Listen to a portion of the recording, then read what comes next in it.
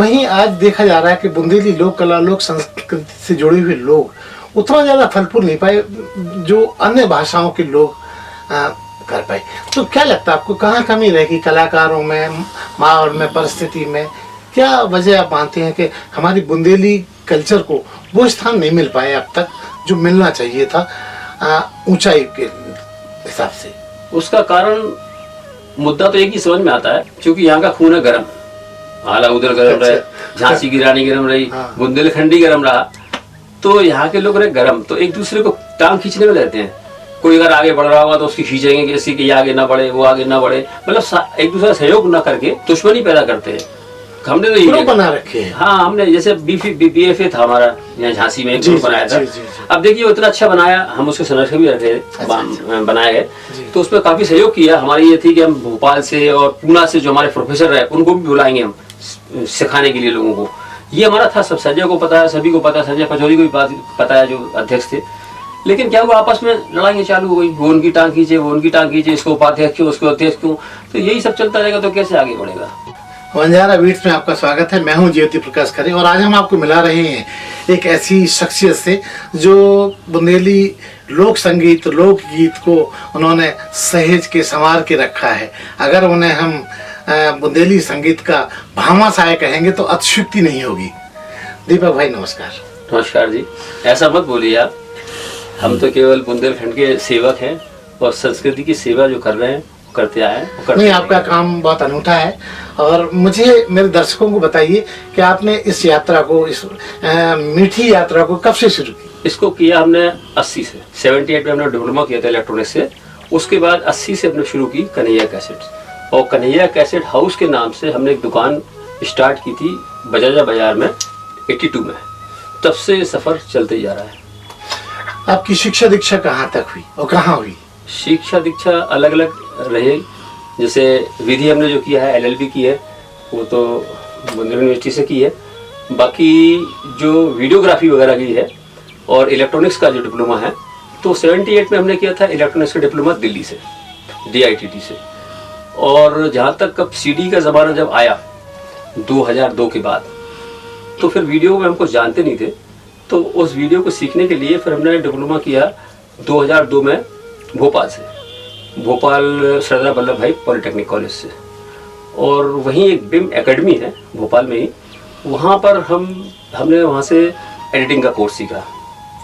ये सब सीखने के बाद फिर हम गए FTI पूना, फिर FTI पूना हमने किया 2004 में, और फिर हमने 6 में भोपाल में स्टूडियो खोला था इसका, क्योंकि वहाँ हमारे गुरु लोग थे जो पॉलिटेक्निक कॉलेज वगैरह गए थे। हमने कोई गलती अगर होगी यहाँ सीखने को मिलेगा, तो फिर हमने वहाँ 2009 तक वहाँ स्टूडियो वहीं चलाया, जिसमें आपने देखा होगा, दर्शकों ने भी देखा होगा, इमरान खान के गाने वगैरह जो डांस के हैं वो सारे फिल्माए गए वहीं के हैं भोपाल के। और उसके बाद हमने यहाँ शुरू कर दिया प्रतापपुरा में।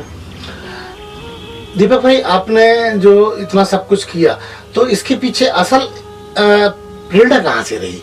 प्रेरणा किस चीज की पूछेंगे आप? विधि की? हाँ, विधि की और लोक संगीत की, क्योंकि ये अपने कैरियर के रूप में भी अपनाया। ये अलग बात है कि बाद में वो बुंदेली धरोहर एक सहेज के रखने का कारण भी बन गया।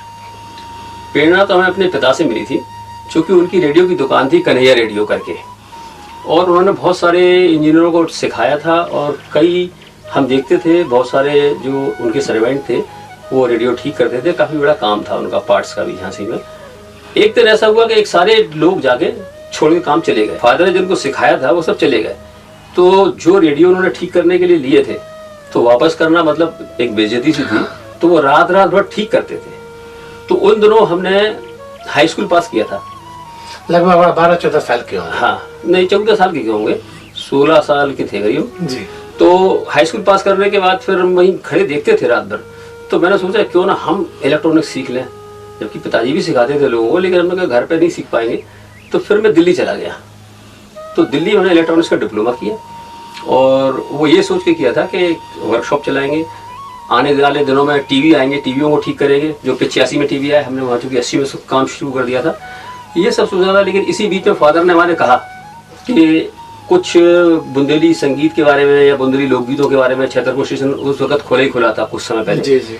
तो वहाँ के कलाकारों को पता लगाया हमने अब समस्या ये आई कि वो डुप्लीकेटर कहाँ से लाए कि मान लो गाना तो रिकॉर्ड कर लिया प्रोग्राम हमने, अब उसकी कॉपीज कैसे बना के कैसेट्स का भेजें, और कैसेट्स का जमाना भी आ रहा था उस वक्त। तो 82 हमने जब कैसेट का काम शुरू कर दिया था तो फिर हमने चूंकि इलेक्ट्रॉनिक्स से लाइन से थे हम, तो हमने उसके डुप्लीकेटर्स एक कैसेट से 5, 10, 20, 100, 1000 तक बनाते थे।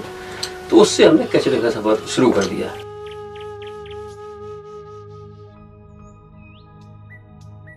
अब परिस्थितियों ने आके फिर चेंज किया माहौल कि कैसेट खत्म होने लगी।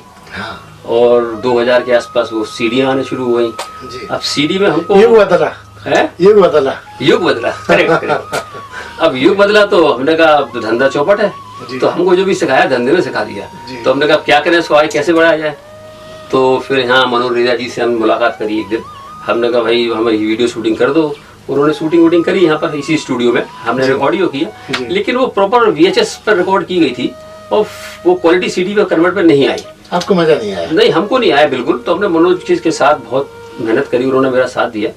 बोले चलो वहाँ चलते हैं मथुरा।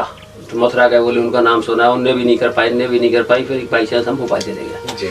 तो भोपाल से फिर हमारा दौर शुरू हो गया। फिर हमने जो पॉलिटेक्निक ज्वाइन किया, ये ज्वाइन किया, एडिटिंग सीखा, मेहंदी भी सीखी, FTI गए और फिर सब कर गए। CD का जोर भी धीरे धीरे खत्म हो गया।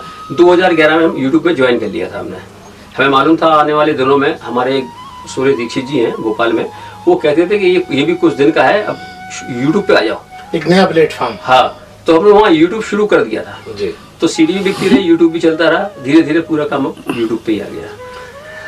दीपक भाई, आपने बुंदेली लोक संगीत धार्मिक मुद्दों पे बहुत सारे कैसेट्स और बहुत सारे एल्बम निकाली। कुछ हमारे दर्शकों को बताइए जो बहुत उल्लेखनीय हो। निकाले तो अलग अलग मुद्दों पर है, जैसे हिस्टोरिकल निकाला बुंदेलखंड पे, आला उदल के बारे में, और मैथोलॉजिकल वर्क भी बहुत किया हमने। रामायण पे सुंदरकांड वगैरह काफ़ी व्याख्या के उसमें दिखाया कि जैसे दर्शकों को समझ आ जाए। और बुंदेली गाने जो हमारे लुप्त होते जा रहे हैं आज, जैसे सोहर गीत है, बन्ना है, बन्नी है, शादी में जब तेल चलाते हैं तो कौन सा गाना गाया जाता, कब अवसर पर कौन कौन से गाने गाए जाते हैं, वो जो पुराने लोग अभी भी थे या जो पहले हमारे गा चुके ऑडियो के ज़माने में, उनको हमने वीडियो में कन्वर्ट कर दिया, जो कि अब वो गाने मिल नहीं सकते। तो चूंकि वो धरोहर अभी है यूट्यूब पर, बाकी वो सारी चीज़ें हमने जो भी चीज़ ऐसी जो भी रिकॉर्ड की हैं, ये सोच के की है जो मरे ना कभी, जीवन में जिंदा रहे। जैसे पटरा जी ने गाना गाया बहुत पहले, पहला गाना था जबलू मोरी बहन जानकी, उसी स्पीड पर वो बिकता था कैसेट में, CD में, उसी स्पीड पे यूट्यूब पे भी चल रहा है। अगर आप जाके व्यूज देख लें तो वो चीज़ हमने वही चीज़ बनाई है जो कहीं पुरानी ना पड़े। मतलब हम सदैव नहीं, धार्मिकता से और परंपरा से संस्कृति जो लुप्त हो रही है उन चीजों को हम आगे लाते रहे, वो कभी खत्म नहीं होगी शायद।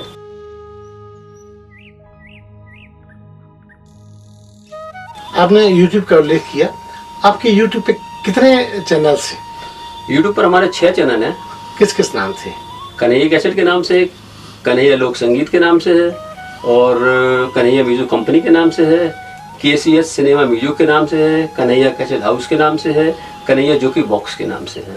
तो इन सब के फ्लेवर अलग अलग हैं सारी? हाँ, कुछ कंटेंट अलग है। हमें मालूम है कि 2 अर्थी गाने हैं, हालांकि 2 अर्थ तो अलग शुरू से चले आ रहे हैं। मजा जब भी आता है, पटराई जी भी शुरू में ही गाया, लेकिन आजकल तो बहुत ज़्यादा गंदगी हो गई गानों में, तो वो तो हम रिकॉर्ड भी नहीं करते। तो थोड़े से कंटेंट इस तरह के होते हैं, वो हम किसी और चैनल पर डालते हैं, KCS सिनेमा पर। जितने हमारे धार्मिक जो भी चीज़ें हैं वो सब कन्हैया कैसेट चैनल पर जाती हैं। जो मतलब इस तरीके से धार्मिक है, ऐतिहासिक है, ये थोड़ा थोड़ा बांट दिया हमने। 2 अर्थी गानों की जो बात चली है, तो इन दिनों देखा जा रहा है कि जो नए रचनाकार हैं, नए लोक कलाकार हैं, वो इन सब चीज़ों को बहुत अडॉप्ट कर रहे हैं। क्या कहना चाहेंगे उनको? मैं सर, मेरी तो रोज रिकॉर्डिंग होती है, मैं रोज कलाकारों से बोलता हूँ। अभी कुछ ही दिन पहले रिकॉर्डिंग हुई थी, नाम नहीं बताऊंगा उस कलाकार का। मैंने उससे बोला, मैंने कहा भैया तुमने पहले भी ऐसे गाए और भले ही तुम्हारे मिलियन पे पहुंच, वो उसका गाना पहुंच गया था 90 लाख पे, और 2 अर्थी था, कमेंट्स खराब आते थे, तो मैंने उसको हटा दिया था। हालांकि उसमें गंदा कुछ नहीं था, इतना हटा दिया था हमने, और सबको इतना भी कर दी थी कि नहीं करेंगे, लेकिन नहीं हो जाएंगे, चलता रहा। वो गाना हमने फिर दोबारा डालना पड़ा, कारण उसका सिर्फ एक ही है, वो गाना हटाने से हमने सोचा गंदगी चली जाएगी, लेकिन वो गाना जिस दिन हमने हटाया 15, 20, 25 चैनलों में डाल दिया। अच्छा। अब मैंने जब हटा दिया तो उस पर मैं स्ट्राइक भी नहीं दे सकता। जी। अच्छा, कार्रवाई कर सकता, वो लंबी है, तो फिर मैंने कहा डले ही है तो फिर ठीक, मैंने डाल दिया, तो तुरंत वो पहुंच गया करीब 18-20 लाख का तुरंत। लेकिन जब वो दोबारा गाने आया तो मैंने उससे कहा आप ये गाने छोड़ो यार, कि अल्लाह भाई साहब इसके अलावा प्रोग्राम में कोई सुनते ही नहीं है। दर्शक को कोई सुनाओ अच्छे गाने, सिंपल से नींद आने लगती, बोले नहीं, भगा देते। मतलब दर्शक भी वो चाहते हैं, दर्शक भी ऐसे हो गए, तो लेखक भी मजबूरन ऐसे हो गए, और गाने वाले भी ऐसे हो गए। और मजबूरी हमारी है कि हम दिखाने वाले भी हो गए, लेकिन हमारी एक जिम्मेदारी है। हाँ, हम नैतिक जिम्मेदारी। हाँ, उसको हम पर्दे पर रखते हुए चलते हैं। जैसे कि बहुत सारी जगह पर बिल्कुल ही गंदगी, जो मंचों पर रिकॉर्ड कर रहे हैं लोग आजकल, बुंदेली मंचों के जो गाने होते हैं मंच पे होते हैं, अब गायक को पता ही नहीं कहाँ यूट्यूब पे रिकॉर्ड होना है या जाना है, तो उस पर समझ में आती है वो गंदगी। लेकिन हम जब रिकॉर्ड करते हैं उसी वक्त ही काट देते हैं। हम कहते हैं नहीं, ये या तो अंतरी हटा दो, या इसका अर्थ जो है गाने का जो तुम बाद में बोल रहे हो ये पहले बोलो। हाँ, ताकि विजन क्लियर हो जाए। हाँ, ताकि सुनने वाला वो लेके चले। अब वो तुमने लास्ट में कर दिया, तो मैं जितने भी गाने अगर थोड़े से हैं भी इस तरह के, पहले हमने उसको क्लियर करा दिया। अगर उसने क्लियर नहीं किया तो मैंने टाइटल में क्लियर कर दिया, जिससे कई कलाकारों ने कहा आपने वो टाइटल में क्लियर कर दिया तो बहुत खराब गाना कर दिया। हमने कहा हटाई देते, इससे अच्छा टाइटल में कम से कम आदमी को बात पता तो रहेगा कि क्या है इस गाने में। तो ये माना जाना चाहिए कि हम सबकी नैतिक जिम्मेवारी बनती है समाज को जो परोसना है वो स्वस्थ और सुंदर हो। सबसे बड़ी जिम्मेदारी हम लोगों की, जैसा हम दिखाएंगे, जैसा हम सुनाएंगे वैसे ही होगा। लेकिन चूंकि समाज को भी कुछ चाहिए, कुछ ऐसे लोग भी हैं तो उनको ठीक है चाहिए, लेकिन उनका हमने हिसाब किताब दूसरा चैनल कर दिया। प्लस वो चीजें नहीं करी जो खराब हो जाए समाज। मनोरंजन होगा लेकिन उसका अर्थ पहले से खुल गया होगा, कम वोल्टेज का। हाँ, वोल्टेज कम, correct.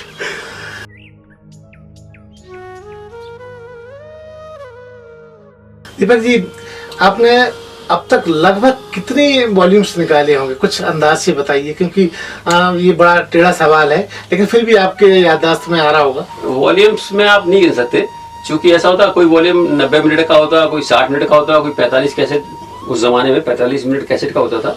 Cassette 45 minutes, 30 minutes, 60 minute, 90 minutes. तो गाने की संख्या हम बता सकते हैं, क्योंकि उससे तो क्या होगा। गाने की संख्या कितनी होगी लगभग गाना हमने करीब बनाए होंगे सर 50-60 हजार तो बनाए होंगे हमने करीब ऑडियो, और सारा कुछ मिला ले अगर इनको मिला के तो लाखों में पहुंचेंगे आज के वीडियो मिला के।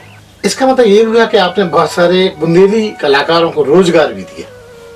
नहीं, रोजगार क्या दिया, उनमें खुद क्षमता थी, उन्होंने हमको रोजगार दिया। प्लेटफॉर्म तो आपने दिया ही, उन्होंने हमको रोजगार दिया। और उन पटेरिया जी ने गाया नहीं होता तो कन्हैया कैसेट का नाम नहीं होता, तो उनने हमको रोजगार दिया। अब उनको उसका मिल गया, उनकी खुद की कला थी अपने आप में, तो ये कह लो कि वो अपने हुनर से बढ़े। हमारा कुछ माध्यम तो आप ही रहे ना। नहीं, माध्यम तो सब ऊपर वाला है सर। दीपक भाई, आपने बताया कि आपने LLB भी की है। यस। तो इस काम में उसका कहाँ इस्तेमाल हुआ, क्योंकि अवरोध तो आते ही हैं। हमारा सबसे प्रथम इस्तेमाल तो हुआ था प्रतापपुरा में। प्रतापपुरा चूंकि क्या है कि दो प्रदेश जब होते हैं ना, उत्तर प्रदेश मध्य प्रदेश, तो दोनों क्या है कंपटीशन में रहते हैं। उत्तर प्रदेश वाले चाहते हमारे पास अच्छे अच्छे उद्योग आ जाए, जी जी जी। मध्य प्रदेश वाले चाहते हमारे पास उद्योग आ जाए, उसके लिए लालच देते हैं जी। तो हम तो चूंकि झांसी में थे उत्तर प्रदेश में, तो मध्य प्रदेश में ये आया, पता लगा प्रतापपुरा में, मध्य प्रदेश का एरिया है, 7-8-10 किलोमीटर दूर है, तो वही हमारा स्टूडियो भी है। तो वहाँ बताया गया कि आपको 9 साल तक टैक्स नहीं देना है।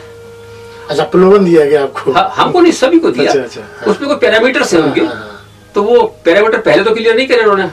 तो ये है बिजली में इतना रिड्यूसपन होगा, इसमें ये होगा, इसमें वो होगा, दुनिया भर का था। प्लस अगर आप वहाँ क्या नाम फाइनेंस कराते हैं तो बड़ी सुविधा से फाइनेंस होगा। हालांकि हमने कभी जीवन में आज तक फाइनेंस नहीं कराया, आज तक कभी नहीं कराया कोई फाइनेंस, और सब कुछ था। तो भैया हम वहाँ लगा दी एक फैक्ट्री हमने, तो वहाँ टाइम ये था 9 साल या इतने रुपए तक आपका, जो वो रुपए आपको भले ही 5 साल में हो जाए, वो मैंने 9 साल में हुए। तो टैक्स एग्जेम्प्टेड की तो हम बिल दिए हमने, CD के, कैसेट के।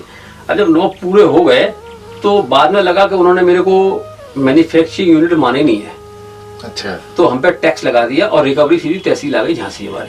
अच्छा अच्छा। हाँ, अब वो जानबूझ के वैसे तहसील नहीं आना चाहिए थी, वहाँ आना चाहिए थी, क्या नाम, निवाड़ी तहसील या मध्य प्रदेश से। हाँ, लेकिन उन्होंने सोचा कि घर पहुंचेगा कि जल्दी वो आएंगे।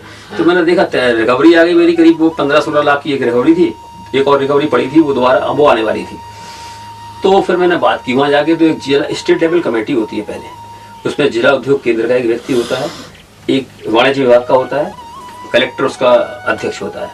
तो वहाँ से तो मेरे को हरा दिया कि आप मैन्युफैक्चरिंग यूनिट नहीं है, क्योंकि आप रील कहीं से लाते हैं, डब्बी हम प्लास्टिक की कहीं से लाते हैं, असेंबलिंग हम करते हैं। तो बोले आप असेंबलिंग यूनिट हो। हमने जो एग्जाम्पशन दिया है वो दिया है मैन्युफैक्चरिंग में, आप मैन्युफैक्चरिंग में नहीं आते। अब मैं सब अब चूंकि मैं अपने नाना जी मेरे वकील थे, शुरू से ही मेरे को बहुत सारे ऐसे मुद्दों पर याद आती थी बातें, तो मैंने हाँ, तो फिर मैं पहुंचा सीधे सेंट्रल गवर्नमेंट, तो तकनीकी विभाग, इलेक्ट्रॉनिक तकनीकी विभाग गया मैं सेंट्रल गवर्नमेंट सेक्रेटरीट में। तो वहाँ पर बहुत अच्छे एक व्यक्ति थे, शायद रिटायरमेंट होने वाला होगा, मेरे को नाम याद नहीं है, बहुत साल हो गए। तो उनसे मैंने कहा साहब ये ऐसी ऐसी मेरी प्रॉब्लम है, और बगल में हमने एक दूसरी बात भी रखी। हमने कहा साहब ये मारुति कार आती है तो बैटरी तो उसमें एक्साइड की होती है, लूकस का उसमें वो क्या नाम वो होता है, बल्ब होता है, ये होता है, सब अलग अलग होता है, उनको मैन्युफैक्चरिंग माना जाता है।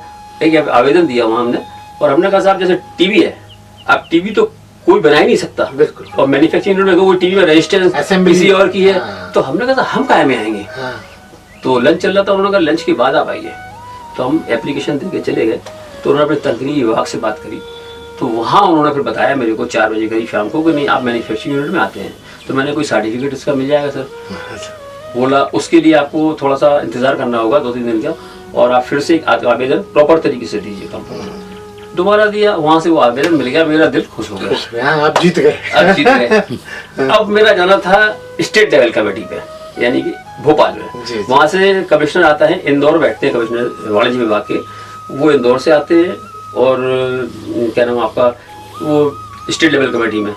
तो वहाँ मैं पहुँचा, तो वहाँ जाके मैंने सारी दलील दी और सर्टिफिकेट दिखाया, जिसकी वजह से हम जीते और सारी रिकवरी हमारी समाप्त।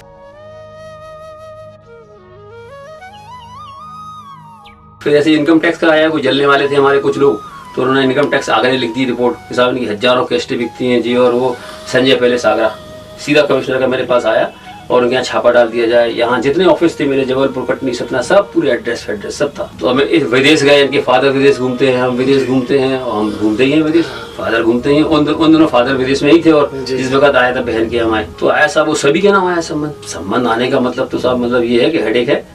अच्छा, दूसरा क्या है, अब सीए हमारे थे, अब ये भी लगा ऐसा तो नहीं हमारे सीए ने भेज दिया, क्योंकि ऐसा हो सकता है कि सीए सब जानता है। तो हालांकि सीए का दोष नहीं दे रहे, हम अपने आप में सोच रहे हैं कि मैं क्या करूं, तो मैं सीए के पास भी नहीं गया। मैंने अपना एक छोटा सा अकाउंटेंट था, मैंने उसको लिया और सारी चीजों का दिन रात, चूंकि टाइम था 20-25 दिन था, तो मैंने स्टडी की। फादर का तो मैंने टिकट ला के लिख देंगे बना दिया कि फादर का जवाब है। छोटे भाई का, चूंकि वो थोड़ा बोलना कम जानता था टेक्निकल चीजों में, उसको भर्ती करा दिया एडमिट है। अब हमने कहा हमारी पत्नी का रह गया, तो हमने दोनों ने बनाया। बनाने के बाद से हम फिर भोपाल गए, सीए से मिले। भोपाल गया, फिर मेरे जानने वाले छतरपुर सीए, उनसे मिले। हमने उनसे कहा था हमने तो सांप बिच्छू काट दिए इसमें सारे, अब जितने सांप बिच्छू हैं आप और काटो इसके। उनने भी देखा बोले कुछ नहीं है। और मैं अपनी मोदी जी है हमारे, यूएन मोदी जी, उनके साथ हम गाड़ी से गए। तो मोदी जी को हमने बाद में बता पाए, हमने सब जो कागज खर्रा आया है, बोले तैयारी है, हमने सब तैयारी कर ली, आप चलो। जब वहाँ गए तो सबसे पहला तो ये हुआ कि ये मान के चले आप, देखिए जनरल गलती करते होंगे लोग, हमने नहीं की गलती। अब वो इतना सारा हम पूरा लेखा जोखा, पूरा विदेश कब गए क्या गए, पूरा हमने जन्म से मृत्यु तक की कुंडली बना ली अपनी, और बाकी फादर अलग दे दिया कि भाई विदेश है, ये देंगे, ये जवाब अलग देंगे। अब जब लेके गए तो हमने आवक जावक में कहा कि इसको रिसीव करो, ये वो रिसीव थोड़ी होती है। हमने मोदी जी से कहा, हमने मोदी जी साहब हमने रिसीव नहीं कर रहा है, वो नहीं होती दीपक जी, अरे हमने क्यों नहीं होती रही। उससे बहस होने लगी मेरी बहुत जोर से। हमने कहा रिसीव तो करना पड़ेगा, जन्म से मृत्यु तक का सर्टिफिकेट मांग रहे हैं, कल के दिन आप दोबारा अगर हमको मांगते हैं तो मैं दिखाऊंगा कि इसके पहले तक का जमा है, आप ढूंढिए अपने उसमें। जब मेरी बहस हुई तो लोगों की बहस बढ़ गई, तो काफी लोग कुछ अंदर गए कहने के लिए कि कुछ लफड़ा हुआ, तो कुछ पता नहीं कोई आया तो किसी ने कहा रिसीव कर लो, तो रिसीव करके करवा के लाया, संजय पैलेस से लाए। और मोदी जी देख रहे थे, मेरे यूएन मोदी जी मेरे सीए थे, बहुत अच्छे आदमी, कराया। फिर उसके बाद हम गए तो प्रॉपर तरीके से हम जो है ना, जो जिरह होती थी कचहरियों में, उस तरीके से हम 2 फाइल बनाए। सही वकालतनामा का प्रयोग हुआ। नहीं, फिर हमने 2-3 फाइलें बनाई, 4 फाइलें, एक मोदी जी को दी, एक हमने ली, एक हमारे असिस्टेंट था जो वो अकाउंटेंट, और एक हमने साहब को थी।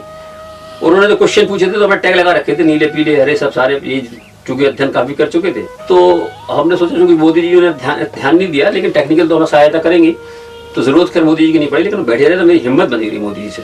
उन्होंने पूछा ये, हमने कहा साहब ये फलाना नंबर पे, ये नीले टैग पे ये है। ये बहुत अच्छा आपका रिसर्च वर्क था। हाँ, ये अब आप सुनिए, ये करने के बाद पते की बात है कि जब करने के बाद इसका गवाही तो मोदी जी देंगे, कभी भी आप मोदी से पूछेंगे तो कोई है तो है नहीं यहाँ। तो सब करने के बाद लंच हो गया, उन्होंने कहा लंच के बाद आइए।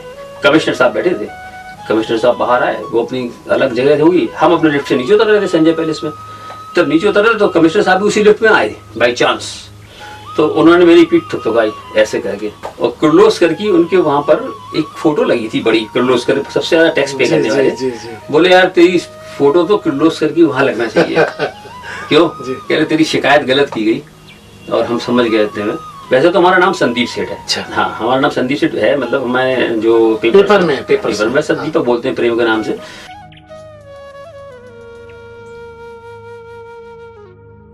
दीपक भाई, जहाँ आपका इतना बड़ा ट्रैक रिकॉर्ड है, इसके पहले तो साहब मैं आपको बता दूं, मैं तिहाड़ जेल होया हूँ। वो किस संदर्भ में? ये तो किसी को पता ही नहीं है। बताइए बताइए, हमारे दर्शक को बताइए, ये तो एक अलौकिक बात हो रही है। नहीं, जब चांद सुबराज जेल से भगा था जी, उन दौरान हम जेल में जा रहे थे अंदर। कारण हमारा ये था कि हमने बनाई थी विद्यासागर मुनि की कैसेट, जी, उनको हम बेचा करते थे, उनके प्रवचन की। तो एक दिल्ली में लाल मंदिर है, तो लाल मंदिर है लाल किले के सामने, ये लाल मार्केट में। तो लाल मंदिर के मैनेजर थे जिनेंद्र जी, तो उन्होंने कई हम कुछ कैसेट दे आए थे। हमने साहब बिक सकती हो तो आप देख लेना, उनको आपसे समाज से संबंधित है। उनको अच्छी लगी तो वो उनके 10 अक्षर व्रत थे, उत्तम सत्य, उत्तम मार्दा, उत्तम संयम, उत्तम शौच, ऐसे करके पूरे 10 थे। तो उन्होंने फिर मंगाई, बोले 200 पीस और दे जाओ। तो हमारा सिलसिला उनसे व्यापारिक चलता रहा, तो हम देते रहे लेते रहे। एक बार उसका बैकग्राउंड तो बाद में पता लगा, जो हमारे साथ घटना घटी। एक बार बोले यार ये वाली कैसेट ले जाओ, इसके भी यार 400-500 पीस बना दो। बना देंगे साहब। हमने बना दिए, और पिताजी की उस वक्त फर्म के नाम से बिल बना हुआ था, बिल दे आए थे जी। अब वहां पड़ा छापा। अच्छा। हाँ, तो वहाँ क्राइम ब्रांच का छापा पड़ा पूरे उस पे, तो उस मंदिर पर। हाँ, मंदिर पे। अच्छा। मंदिर में पड़ा छापा, और मंदिर में मैनेजर बंद हो गया, सब फिर उधम हुआ, तो कम से कम 500-700 जन इकट्ठे हो गए। तब वो जाके बात हुई, बोले ये कैसेट जो है ना, ये उसके लेखक और बनाने वाले दूसरे थे, वो भी जैन थे। अच्छा, ठीक है। और वो वहाँ के दिल्ली के जो नगर निगम था उसमें वो वकील थे। अच्छा। और जो जैन का ट्रस्ट था पूरा बहुत बड़ा, उसमें कोई मकान के वो किराएदार थे।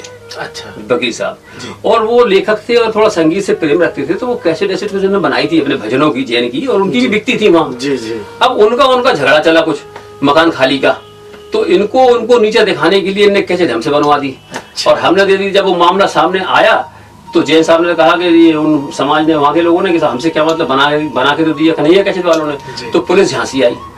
जब झांसी आई तो हम जाके वहाँ पेश हुए 30,000 कोर्ट में। 30,000 कोर्ट में जो है एक कोई लेडी थी मलिक जी करके, वो उन्होंने जमानत नहीं मानी हमारी, तो अंदर चले गए। अच्छा, कितने दिन रहे? 4-5 दिन रहे, 6 दिन रहे। अच्छा। तो तिहाड़ जेल का अनुभव इसलिए मिल गया। अच्छा, इसलिए मिला, वो भी अच्छा रहा जी। अब छोटी मोटी जेल तो काम ही नहीं करती हमारे लिए, इतनी बड़ी जेल से हो गया। हाई वोल्टेज में रहे। दीपक भाई, मैं एक सवाल बड़ा इम्पोर्टेंट, कि आपने इतना सारा काम किया, इतना सारे विधाओं को आपने संजो के रखा, इसमें आपकी जीवन संगिनी का क्या योगदान रहा? जीवन संगिनी का सबसे बड़ा योगदान है सर, उसने मेरे को कई चीज़ों की सलाह दी। सुंदरकांड हमने बनाया प्रॉपर तरीके से, चूंकि वो धार्मिक बहुत ज़्यादा है, वो पढ़ती थी, उन्होंने मेरे को बताया इसके बारे में। चौपाई क्या नाम है उनका? संध्या सेठ, बांदा से मेरी ससुराल जी। तो उनका रहा। जब व्यापार हमारा, पहले तो बच्चे चूंकि पढ़ते थे, हमारे सब बच्चे बाहर ही हैं जी। 2 बेटी 1 बेटा है, वो बाहर पढ़ाने में लगी रही। जब 2000 के आसपास जब टीवी कैसेट का काम खत्म हुआ, 2004 के आसपास, 3 के आसपास, तो सीडी का शुरू किया। तो भोपाल रहा करते थे, तो मिसेस हमारी सब यहीं से पूरा व्यापार देखती थी, पैसे का लेन देन, सीडी बनाना। हम चूंकि वहाँ शूटिंग करते थे भोपाल में, पता ही है आपको। तो तब से वो उनका हमारा साथ व्यापारिक उसमें भी आ गया। पहले बच्चों में व्यस्त नहीं, फिर इसमें आएगा। तो आप उनके ऋणी मानते हैं अपने आप को? अरे भैया, सबसे ज्यादा ऋणी है उनके, सभी ऋणी है, कौन नहीं है ऋणी सर। तो दीपक जी, उनके लिए खास समय कब निकाल पाते हैं? क्योंकि वो व्यस्त वो भी हैं, आप भी हैं। कभी ऐसा कभी हुआ कि वो आपसे आहत हुई हो? ये तो सर होता रहता है, क्योंकि वास्तव में इतने व्यस्त हो गए हम कि उस तरफ ध्यान कम जाता है। लेकिन फिर भी वो भी जानती है इस बात को, तो हमारा कोई ऐसा होता नहीं है। आपस में हम लोग तालमेल बनाए रहते हैं, लेकिन हम ध्यान कम दे पाते हैं, ये बात सही है।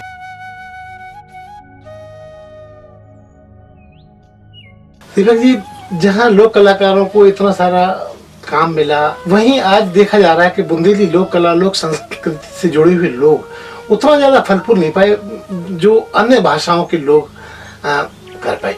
तो क्या लगता है आपको, कहाँ कमी रहेगी कलाकारों में, माहौल में, परिस्थिति में? क्या वजह आप मानते हैं कि हमारी बुंदेली कल्चर को वो स्थान नहीं मिल पाया अब तक जो मिलना चाहिए था ऊंचाई के हिसाब से? उसका कारण मुद्दा तो एक ही समझ में आता है, क्योंकि यहाँ का खून है गर्म, हाला उधर गर्म रहे, झांसी की रानी गर्म रही, बुंदेलखंडी गर्म रहा, तो यहाँ के लोग रहे गर्म, तो एक दूसरे को टांग खींचने में रहते हैं। कोई अगर आगे बढ़ रहा होगा तो उसकी खींचेंगे कि इसकी कि ये आगे ना बढ़े, वो आगे ना बढ़े, मतलब एक दूसरे का सहयोग ना करके दुश्मनी पैदा करते हैं। हमने तो ग्रुप बना रखे हैं। हाँ, हमने जैसे BFA था हमारा यहाँ झांसी में, ग्रुप बनाया था। अब देखिए वो इतना अच्छा बनाया, हम उसके संरक्षक भी रखे बनाए गए, तो उसमें काफी सहयोग किया। हमारी ये थी कि हम भोपाल से और पूना से जो हमारे प्रोफेसर रहे उनको भी बुलाएंगे हम सिखाने के लिए लोगों को। ये हमारा था, सब संजय को पता है, सभी को पता है, संजय पचौरी को भी पता है जो अध्यक्ष थे। लेकिन क्या हुआ, आपस में लड़ाइयाँ चालू हो गई, वो उनकी टांग खींचे, वो उनकी टांग खींचे, इसको उपाध्यक्ष क्यों, उसको अध्यक्ष क्यों, तो यही सब चलता रहेगा तो कैसे आगे बढ़ेगा। ये भी देखा गया है कि आपस की जो द्वेष है वो हमारे कल्चर को प्रभावित तो कर ही रहे हैं और वो खुद भी नहीं बना पा रहे हैं। हाँ, ये बात सही है। जो दूसरों के लिए गड्ढा खोदेगा सर, तो वो तो खुद ही गड्ढे में गिरे ही गिरेगा। ये बात तो पुरानी कहावत है, तो वो भी नहीं बढ़ पा रहा है आगे। कारण उनका सोच वो ऐसी है ना, दूसरों को बुरा करना, तो इसलिए काम नहीं हो पा रहा है, ऐसा मुझे लगता है शायद। फिर मैं भी बता नहीं सकता इसके बारे में और क्या कारण है।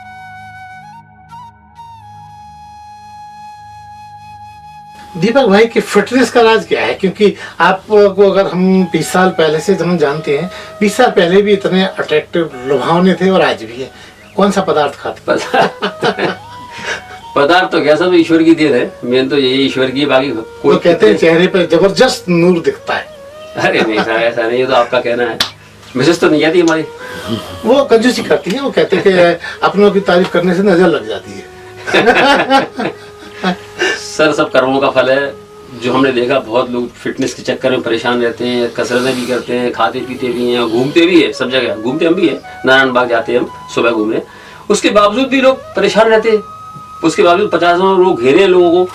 सबसे बड़ा मैं तो ये मानता हूँ कि अगर जिसने हमें बनाया है उसने आपको अगर देख लिया ना प्रॉपर तरीके, आप तो हम तो देख नहीं पा रहे, वो तो मैं देख ही रहा, उसकी अगर परछाई पड़ती जा रही है तो ऑटोमेटिक हम जैसा आदमी, हम तो छोड़ो, अच्छे आदमी तो सब 90-100 साल तक अच्छे रहे। हमने वैसे बहुत से सुने हैं सर।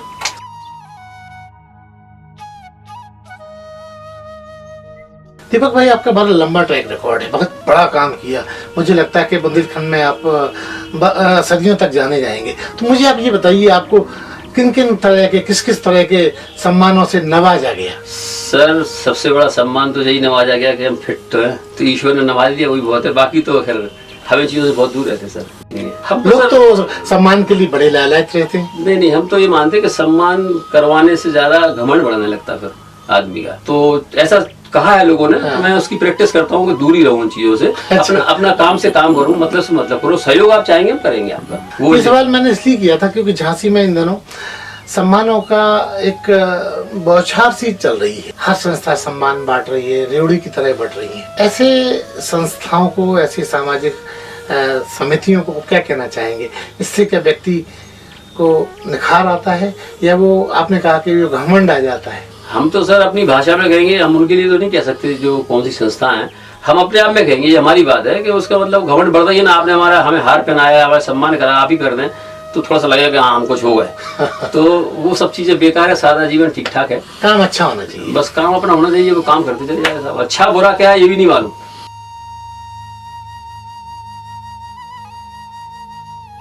दीपक जी के जीवन में लगभग 6 दशक पूरे हो गए, ऐसा मैं कहूँ तो उचित होगा? अब दशक की गिनती सर मैं आती नहीं, अपने काम में इतने व्यस्त रहते, पता ही नहीं दशक कितने का होता है। तो 60 समझ लो, 60। तो इसके अलावा जो आपने इतना सब कुछ किया, आपके और शौक क्या है? बस शौक सर यही शौक बन गया हमारा, करते करते केवल काम में लगे रहना। 18 मतलब 24 घंटे में कम से कम हम आज की डेट में भी, पहले तो कम से कम 18 घंटे लगे रहते थे। सोते थे हम 5-6 घंटे उस जमाने में।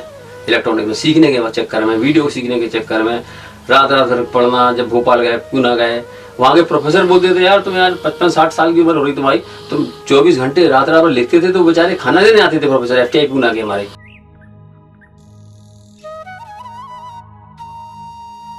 दीपक जी, हमारा वंजारा बीट चैनल शिक्षाप्रद और सोशल प्लेटफॉर्म हमने बनाया है। हमारी युवा पीढ़ी को, हमारे युवा दर्शकों को आप अपनी तरफ से क्या संदेश देना चाहेंगे? टेक्निकल के मामले में दोनों। टेक्निकल के मामले में तो ये है कि जो भी तकनीकी सुविधा या जो उसको जानकारी चाहिए प्रॉपर तरीके से कैसे आगे कहाँ हमारे क्षेत्र में बढ़ना है, वो सारे जो प्रोफेसर्स हैं जो कुछ भी हमारे पास है वो हम उनको अच्छी तरह गाइड कर सकते हैं और उनको दे सकते हैं। और बाकी इसी मीडिया के उसमें दे सकते हैं जानकारी, और क्या हम मदद कर सकते हैं आप बताएं। नहीं, मेरा मतलब ये था कि आप अपनी तरफ से हमारी नई पीढ़ी को इंस्पिरेशन जैसी कोई बात कहें ताकि वो दीपक सेठ का पर्यायवाची बन सकें आगे। अरे साहब, इतना आप कहाँ की बात कहाँ ले गए। बस यही सबसे निवेदन करेंगे, ईमानदारी से वर्क करें और लगनता से वर्क करें। जो आप लगन है, जिसमें भी लगन है जिस चीज की, वो लगनता से अगर करेगा। आप फादर है, जैसे मान लीजिए अगर फादर चाहते ये करे डॉक्टर बने और लड़का चाह कि नहीं हमें जूते में पॉलिश करना है, तो भैया इसको जबरदस्ती मत खींचो। वो पढ़ नहीं पाएगा, बढ़ नहीं पाएगा, स्कॉलरशिप प्राप्त नहीं कर पाएगा, कुछ नहीं कर पाएगा। उसकी मतलब जूते पॉलिश से बहुत नीचे शब्द बोल दिया, मतलब उसको जो करने की इच्छा है पुलिस में जाने की या किसी में, उसको वही जाने दो, उसकी इच्छा को प्राथमिकता। हाँ, वो वहीं पहुंच जाएगा उसी पद पर। लेकिन क्या होता है, जबरदस्ती घसीटना ठीक नहीं है। तो मेरा निवेदन यही है कि बंजारा बीट के माध्यम से कि जो भी दर्शक हमारे हैं, बच्चे हैं, छोटे हैं, तो जो आपकी लगन जिस क्षेत्र में है उसमें ही आप लगे रहें तो ज्यादा अच्छा है, और उनके मदर फादर उसको उसी क्षेत्र में आगे बढ़ाते रहें। यही मेरा चलते रहते। मेरा एक आखिरी सवाल, और दीपक सेठ जी की और आगे भावी नई क्या प्लानिंग्स है जो वो हमारे दर्शकों के साथ शेयर कर सकते हैं? नई प्लानिंग, क्योंकि जैसे जैसे वक्त बदला, पहले कैसेट का जमाना आया, फिर सीडीज का जमाना आया, बहुत सारी टेक्नोलॉजी बदली, तो अब और इसका अगला पायदान क्या हो सकता है? पायदान तो हमारा बिल्कुल फिक्स है। जैसे बर्तन बदले अलग अलग, पहले वही गाने मोहम्मद रफी के या हमारे पटेरिया जी के कैसेट में बिकते थे, वही चीजें सीडी में बिकने लगी, वही चीजें अब डीवीडी में और उसके बाद यूट्यूब पे जी। तो आपके पास ओरिजिनल हमारा सारा जो कुछ मटेरियल है, जो भी डाटा है, अब जो प्लेटफॉर्म आएगा उस पर जाएंगे, उस पर डाल देंगे वो प्लेटफॉर्म। तो ये थे दीपक सेठ जी, जिनको मैं फिर दोहरा दूं, बुंदेली संस्कृति का अगर भामाशाह कहा जाए तो अतिशयोक्ति नहीं होगी। इन्होंने इतना काम किया कि हमारे छोटे से इंटरव्यू में ये समा ही नहीं सकते। धन्यवाद बातचीत के लिए। धन्यवाद।